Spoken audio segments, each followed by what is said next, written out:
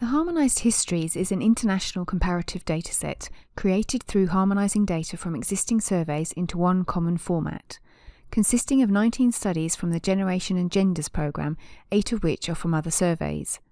The aim of the Harmonised Histories is to facilitate cross-national research on topics related to transition to adulthood, family formation and dissolution and childbearing.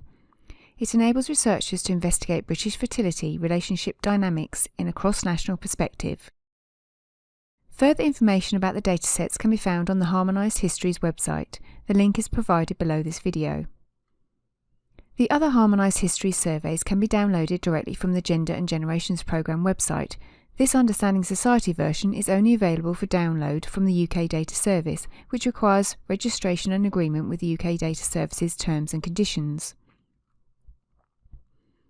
The dataset focuses on fertility and partnership histories, organised in a way that makes it well suited for event history analysis. In addition, it captures socio-economic status, place of residence, information on childhood family, e.g. parental divorce, number of siblings, etc.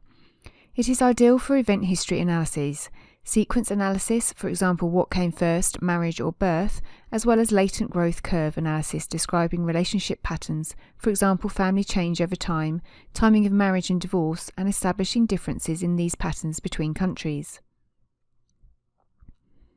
The Harmonised Histories study contains 2 datasets in Stata format along with the description file.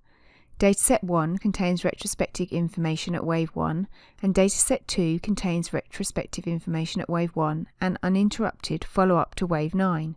So Dataset 1 is retrospective and Dataset 2 is both retrospective and prospective.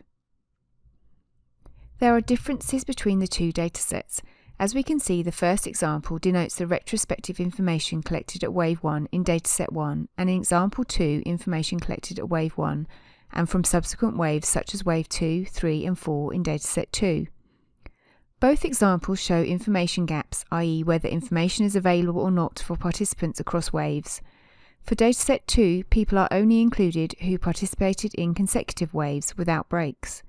For example, if a respondent participated in Wave 1, Wave 2 but not Wave 3 and participated again in Wave 4, we only use information up to Wave 2.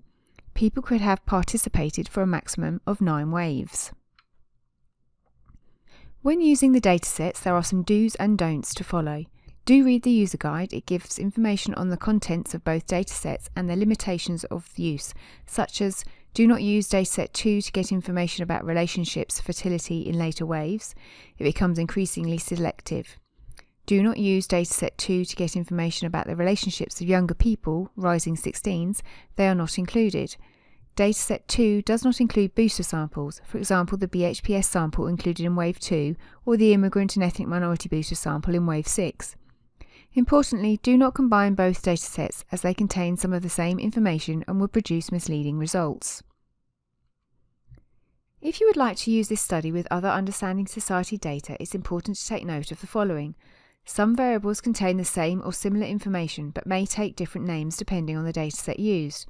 Similarly, some variables have the same or similar name as variables but contain different information.